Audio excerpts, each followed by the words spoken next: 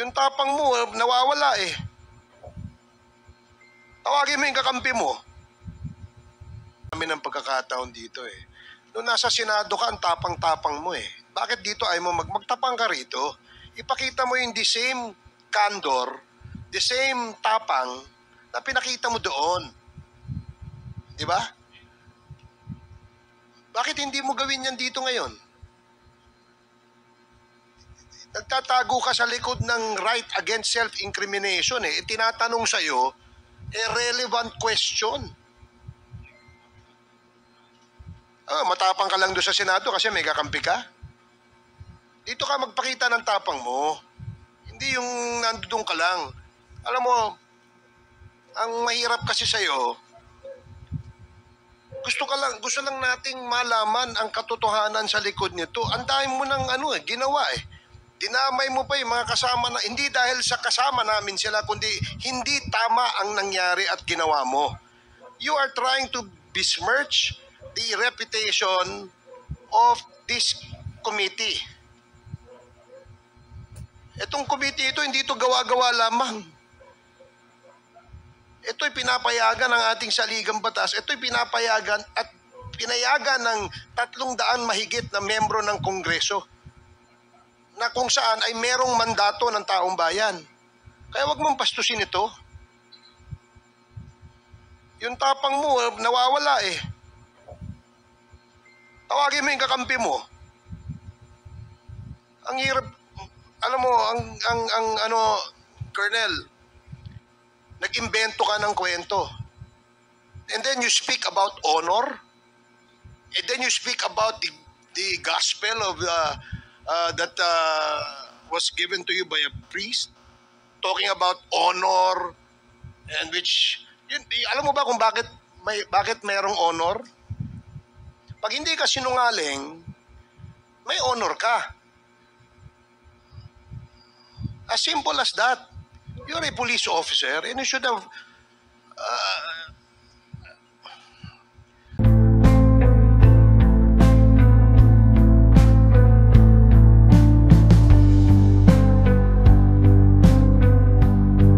Yes, Your Honor.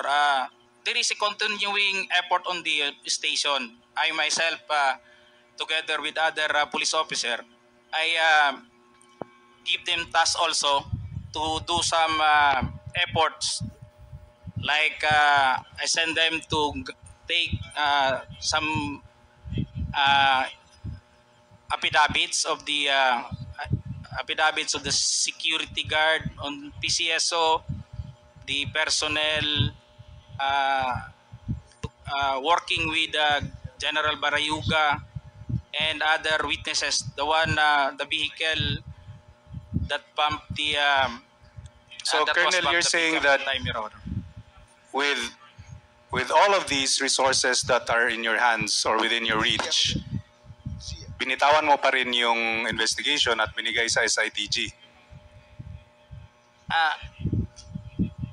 I mean, Your Honor, hindi naman ibig sabihin binitawan. Ibig sabihin, we just give the district the opportunity or for us to have a better in the conduct of investigation, Your Honor, mapabuti kasi ang effort nun marami ng unit eh. Kasi Hindi sa lang tingin yung ko, station. So mas mapapabuti po natin na masolve po yung problema, Your Honor, yung crime na nangyari. normal po ba na, do you usually do this, Colonel, na yung may mga high-profile cases like this one, binibigay agad sa CIDG or sa SITG?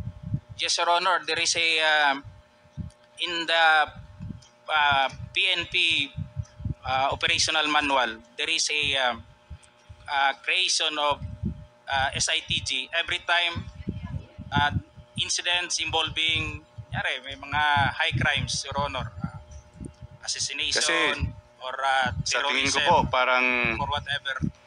this is very concerning because parang pinapasa mo yung trabaho nyo eh, na dapat ikaw yung gumawa, especially this investigation into the murder of Barayuga.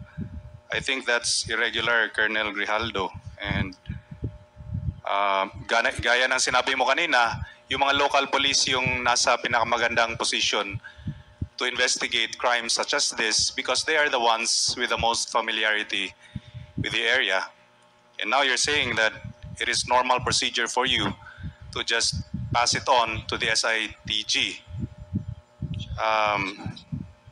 I find this really concerning and baka may personal na interest ka kung bakit ma-terminate agad yung investigation regarding sa pagpaslang kay Barayuga.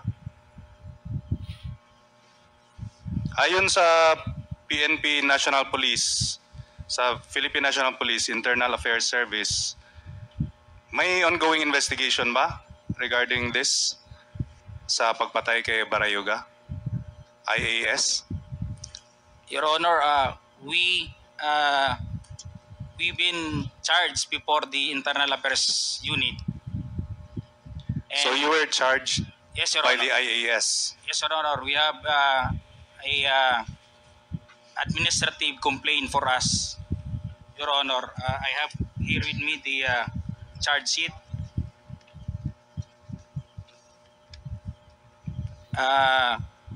Administrative complaint against Police Colonel Grijaldo for neglect of duty, irregularity in the performance of duty, misconduct, incompetence, conduct unbecoming of police officers. We already submitted our counter affidavit on this incident, Your Honor. When was that case filed by the Internal Affairs Service of the PNP? We made to do the counter affidavit, Your Honor, last September, Your Honor. Would you agree with me that the Internal Affairs Service would not have filed this case kung wala naman silang makikitang or nakitang anomalous or irregular activity during the investigation, di ba? Hindi ko naman ma-question yung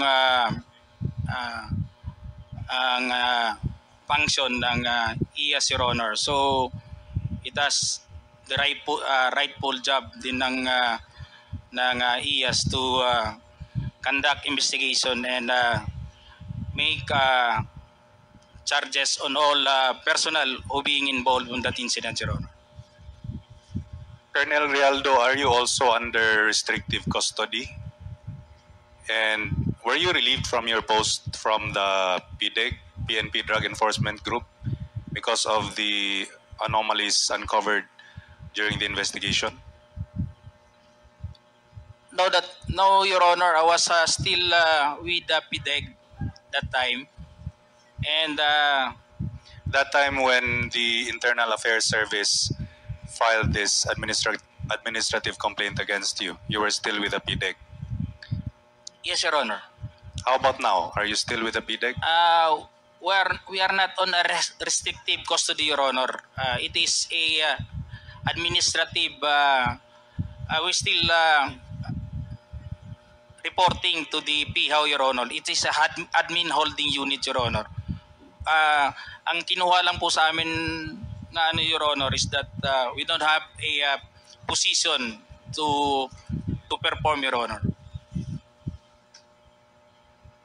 At ang mga... So would it be correct to say that you are being investigated right now by the IAS? Yes, Your Honor. We have submitted already our counter affidavit, Your Honor. And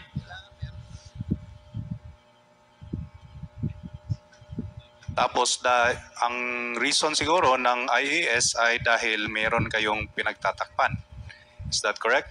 Is that one of the reasons for this investigation by the IAS? hindi ko po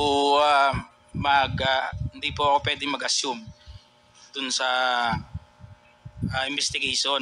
I-preempt natin yung investigation ng IAS, Your Honor, because they're still conducting on the liability on the those personnel being investigated on this case, Your Honor. Colonel Grijaldo, kilala mo, do you know Colonel David Buklay? Yes, Your Honor. At nung nakaraang Quadcom hearing, parehas kayong tinanong tungkol sa investigation regarding sa assassination ni Barayuga. Is that correct? Just I could not remember, Your Honor.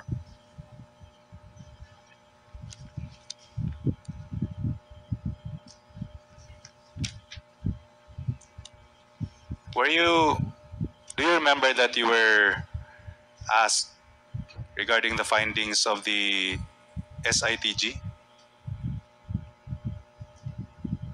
Nung sa last na Quadcom hearing, do you remember na may tinanong sa'yo regarding sa findings sa SITG?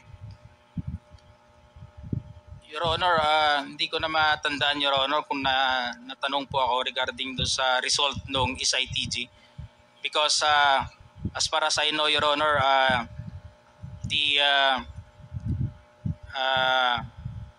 investigation conducted by the SITG was turned over to CIDG, Your Honor, after a period of 6 months, Your Honor. Do you remember na yung tinanong ka tungkol sa mga natuklasan yung posibleng motibo, ang sagot mo noon ay dalawa lang ang natuklasan yung motibo, di ba? Na work-related or personal grudge. Do you remember that? Yes, Your Honor. Okay.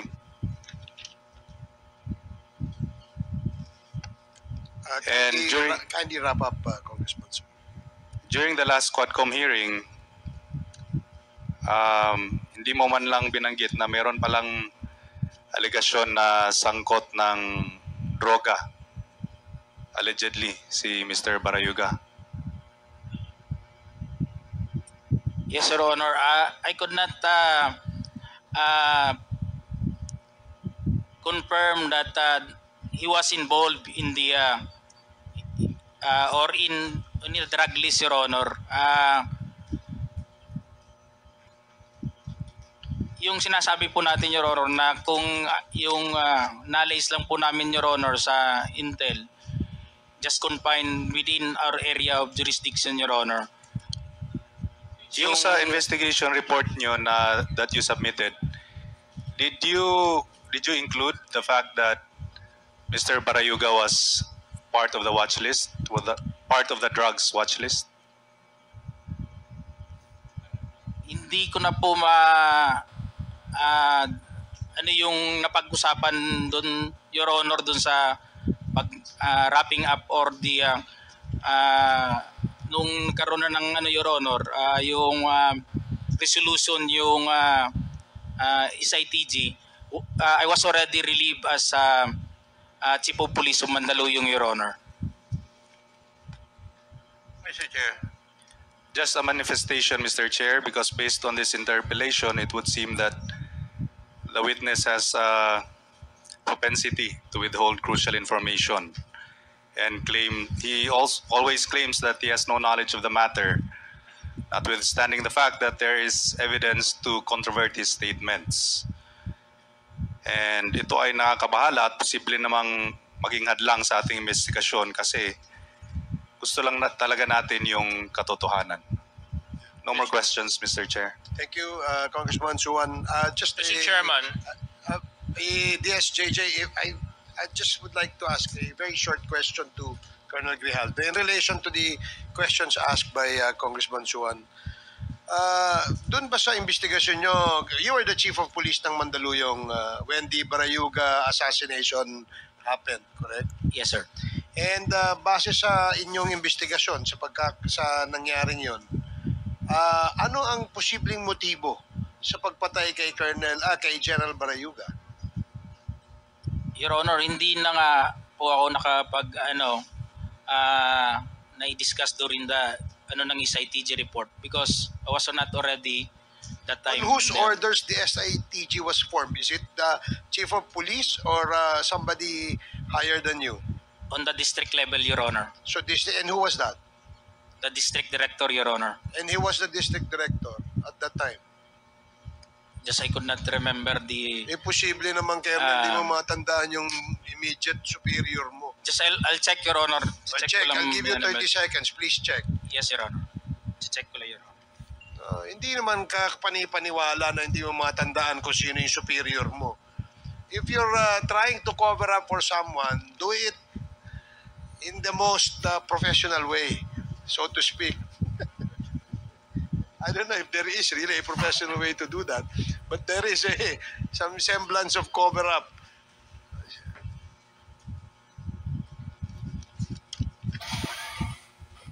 The letter order number 1657, the subject matter is the composition of SITG regarding Wesley Barayoga. It was by the command of Police Brigadier General Almasan, Your Honor. General Almasan. Yes, Your Honor. Pagka sinabi bang district director which covers the area of Mandaluyong, ito ba ay part of the NCR? Yes, Your So- Honor. Pamarisan, Your Honor. Pasig, Marikina, Eastern po, sir. Yes, sir. So Eastern, and that time the Eastern Police District Director was General Almasan, Your Honor. Almasan, Opo, Your Honor. siya nag-order na mag-create ng SITG.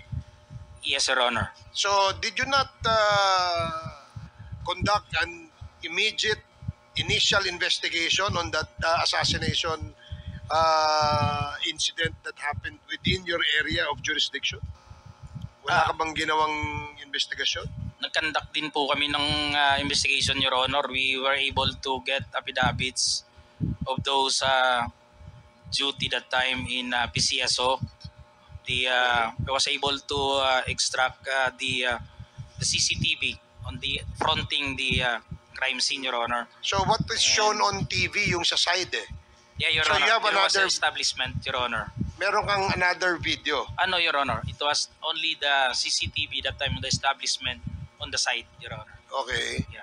And what was the finding? What was your findings in your initial investigation? Yung inano namin, Your Honor, yung perpetrators, Your Honor, sinundan namin yun, pinaktrack din namin, umabot hanggang dun sa Guadalupe, yung CCTV ng MMDA, Your Honor. We have taken also CCTV from And- MMDA. What was the conclusion of your what were your findings? Anong findings niyo?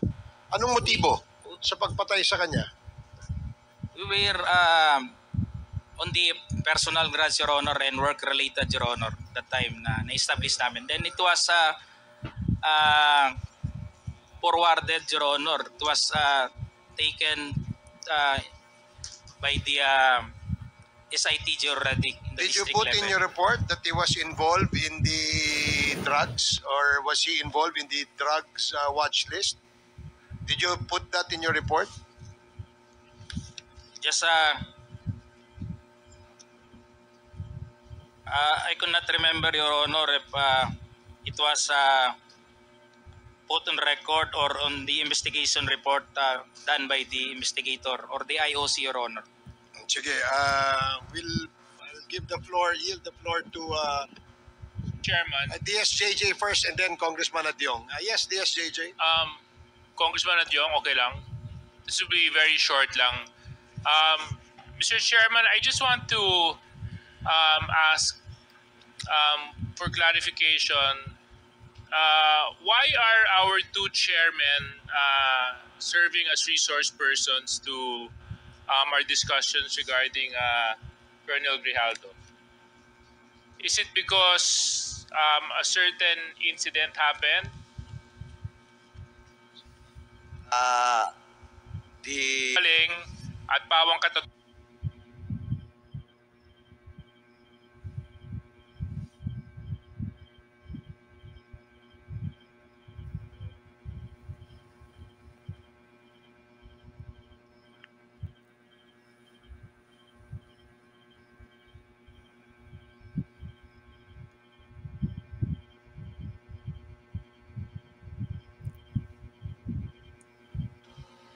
My right for self-incrimination, Your Honor.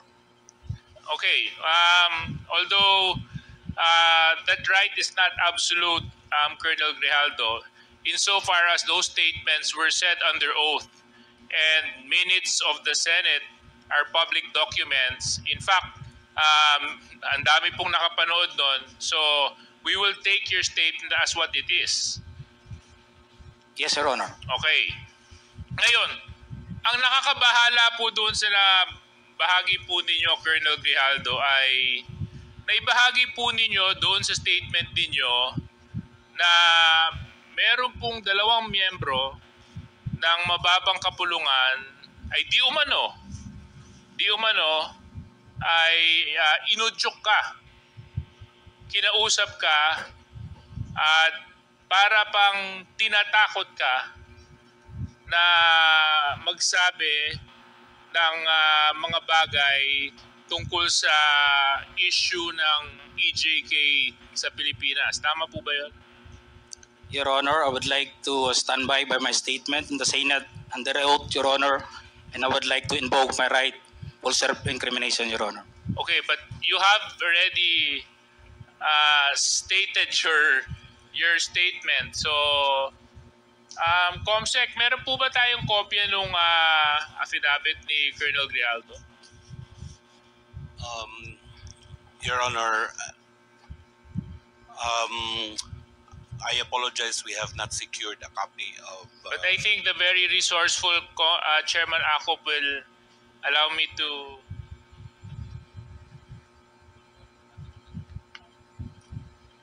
Thank you very much. So anyway, Colonel Grijaldo, meron po akong copy ng affidavit nyo. At ito naman po ay pinaninindigan po ninyo. Tama po? Yes, Your Honor. Okay. Maraming salamat.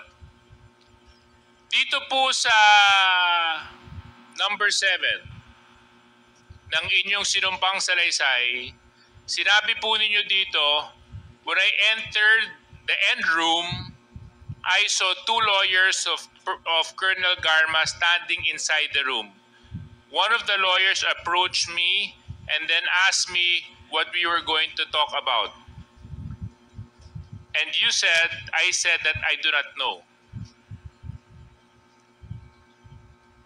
Number 8, after a while, Congressman Dan Fernandez entered the room and he asked me to sit beside him on the right side. Then Congressman Abante entered the room and sat on the far end chair on my right. One of the lawyers of Colonel Garma stood at my back. Your Honor, I would stand by my statement Okay, in so the Senate I would under understand. oath, Your Honor, and I invoke my right for self-incrimination, Your Honor. Point of order, Mr. Chairman. Point of order.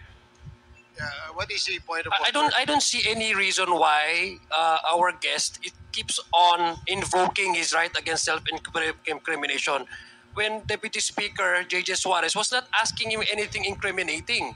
He was just merely reading a portion of his affidavit. So I don't like, Mr. Chair, that this committee, that our resource person may impress upon the public that we are here to corner him and to incriminate him. Please, tigilan mo yan. Di naman, Mr. Chair, it's not right to invoking self-incrimination when in fact DSJJ is not asking you any questions but merely reading his affidavit. Baka naman ng message na pinapakita, Mr. Chairman, sa publiko, inaanggulo natin siya dito. I'm sorry, Mr. Chair, but I have to manifest this. I think his invitation to the Senate was to discuss about EJK and illegal drugs, and nowhere in his affidavit did he mention anything about illegal drugs and EJK. He did not share any inputs or his knowledge on illegal drugs. His participation in that Senate inquiry was merely to besmirch the reputation of some of the chairmen here, and as a result, attempting to degrade the integrity of the Quadcom. So please, I hate to admonish men in uniform. I have the highest respect for our policemen. But please, Colonel Grijaldo, stop invoking your right against self-incrimination. Nobody's asking you any incriminating questions here. Mr. Chair. And Mr. Chairman, along the line of Congressman Adjong, I don't think it's incriminating because number one, sinumpang salaysay niya po ito eh. Pirmado niya po ito eh. So how can he incriminate himself when he actually signed this affidavit. And this is a public document, Mr. Chair. So, if our resource person is invoking this right to self-incrimination, I think that is out of order. Okay, I'd like to remind the resource person that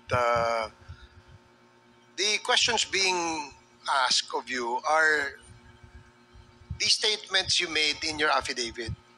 And the questions that DSJJ is asking is whether you confirm those statements that you stipulated in your affidavit. Dahil affidavit, pinirmahan mo yun, there's nothing incriminating no dun sa tanong ni Congressman JJ Suarez. So please answer appropriately the questions being asked by the members. Congressman Acop. Mr. Chair, may we ask the resource person the basis why he is invoking his right against self-incrimination? Yeah, please answer. What is the basis of you invoking the right against self-incrimination?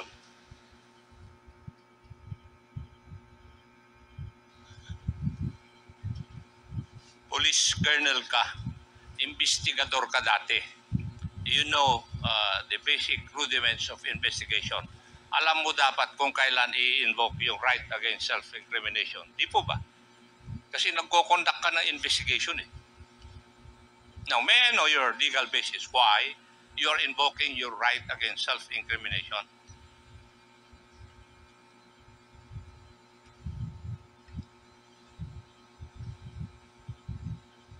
Mr. Chair, if you cannot provide any basis, I think I agree with the Honorable Adjong that he should not invoke that right. Thank you, Mr. Chair. Thank you. I share the sentiment of Congressman Acop. If indeed the resource person cannot explain to this committee why he is invoking his right against self-incriminations in reply or in response to the questions raised by DSJJ Suarez, then I would agree that the gentleman is out of order, and perhaps do you have a lawyer with you, Colonel Grijaldo? Nandito, may abogado ka ba? Would you like? Wala po, Your Honor. Do you want us to provide you a lawyer? No, Your Honor. Because your lawyer or lawyers that we can provide you will assist you on telling you what your rights are in this committee hearing. So, gusto mo ba mag-provide kami ng abogado? No, Your Honor. So, you will answer and reply to the questions of the members. Now, DSJJ? Yes, Mr. Chair, maybe another opportunity we can provide to the resource person. Colonel Grijaldo, kung kayo po ay hindi komportable dahil nga maraming nanonood at nasa publiko po ang hearing na ito, would you want or would you request for an executive session so that you can divulge the details and the truthfulness to the affidavit that you executed in the Senate hearing? No, Your Honor. Okay, so therefore we can proceed, Mr. Chair. Please proceed. So, Colonel Grijaldo, matanong ko lang po, ano po ang nag-udyok sa'yo para i-execute tong affidavit na ito? As I have said, Your Honor, during my opening statement in the Senate, it was Tuesday. We have a hearing here on Tuesday, and we ended up on the Wednesday on the event of the Typhoon Christine. And as I have said, I go back to my home, and dinibdib ko po yung nangyari sa akin, Your Honor. And I never told this to my wife that time. for 2 days. Until such time on the Friday, I was informed by the PHAW that I'll be attending a Senate hearing. So, naisabi ko dun sa asawa ko, Your Honor. And nag-a-argue pa kami kasi ayaw niya. Ako kasi gusto ko na may sabi. And sabi ko, we have to go on a Sunday Mass, and we need wisdom for this para mabigyan din tayo ng lakas ng loob para ma-resolve natin sa tayo kasi tayo nag-aaway. Nagkaka-problema. Hindi na rin kami nag-aano nun eh. So on the Sunday, it was on the gospel. Sabi ko, pakinggan natin kung ano man yung masabi ng gospel sa atin that day. And it was a great enlightenment and a wisdom na binigay sa akin, Your Honor. The gospel said that it's not all about the crown, but it is about the cross. It is not about the honor, but it's about the sacrifice. It's not being the first, but being the last. It's not being the great, but being the servant. Sabi ko sa asawa ko, bakit naibigay sa atin to? We have to and to sum up that, Your Honor, ang sinabi nung pare, sabi niya, it's not about the experience. Because yung experience kasi natin sa buhay, it may be good or bad. But it's all about the lesson learned that time, Your Honor. So I have that courage, and even my wife submitted to my decision. And on the next day, pumunta na po ako yun. Nandun po yun, nag-narrate, ginawa ko po yun, sinulat ko po yun. And it was on that mass that time that it is a Sunday for the PDLs. It was a Sunday for PDLs. Sabi ng pare, we have to give dun sa mga brothers natin na nakukulong. Hindi ko nga akalain na I would be the one also to experience that nung sinabi ng pare. So, that's all, Your Honor. That is all that happened, Your Honor. Well, oftentimes we need experiences to encourage us and to push us to search for the truth. So I hope this hearing is one of those experiences for you, Colonel Grijaldo. Dahil ang layunin lang naman po natin dito ay hanapin gaano man kahirap ang katotohanan. Yun lang naman po ang hangarin natin. Wala nang iba. At kaya nga po yung dalawa po nating kinatawan na binanggit mo sa affidavit mo ay pansamantalang tumayo at umalis bilang chairman just to show that we are fair in handling this very sensitive issue. Because you made serious accusations in your affidavit, Colonel Grijaldo. And if indeed enlightenment has happened to you when you executed this affidavit, and you mentioned that you stand by your affidavit, so let's test whether or not it is the truth, Colonel Grijaldo. Yes, Your Honor. As I have said, I will stand by. I am humbled by my experience, Your Honor.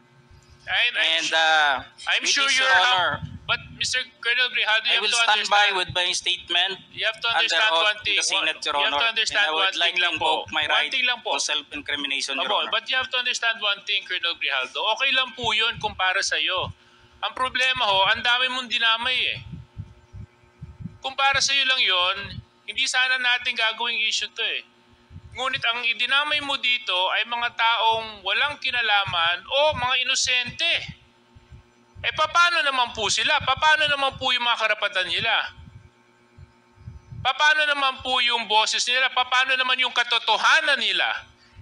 Hindi pa po natin sila pahahalagahan dahil panghahawakan lang natin yung sinabi mong enlightenment mo? But they have their own rights too, Colonel Grijaldo. So Colonel Grijaldo, siguro wag na tayong paligoy-ligoy pa. With the permission of Mr. Chairman, Colonel Grijaldo, you made some serious accusations here. In fact, so serious that it was even carried by our media news for almost a week, 2 weeks. And because of your accusations, you've tarnished the very reputation and integrity of the committee and the House of Representatives. Things that I will not allow dahil ito pong posisyon na inuupuan namin, ay ito po ay posisyon ng tiwala na ipinagkaloob sa amin ng tao nagtitiwala sa amin. At kailanman hindi ako papayag na may mga tao na magdudungis at magtatapon ng kasinungalingan para sirain ang integridad ng trabaho ng House of Representatives at syempre ng komitibang ito. So Colonel Grijaldo, sinabi mo po dito sa inyong sinumpang salaysay that you were persuaded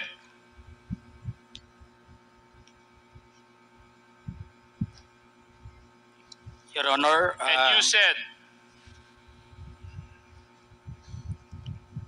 ikaw naman, Colonel, ganito lang yan. Alangan namang walang insidente o mangyayari sa panahon na yon.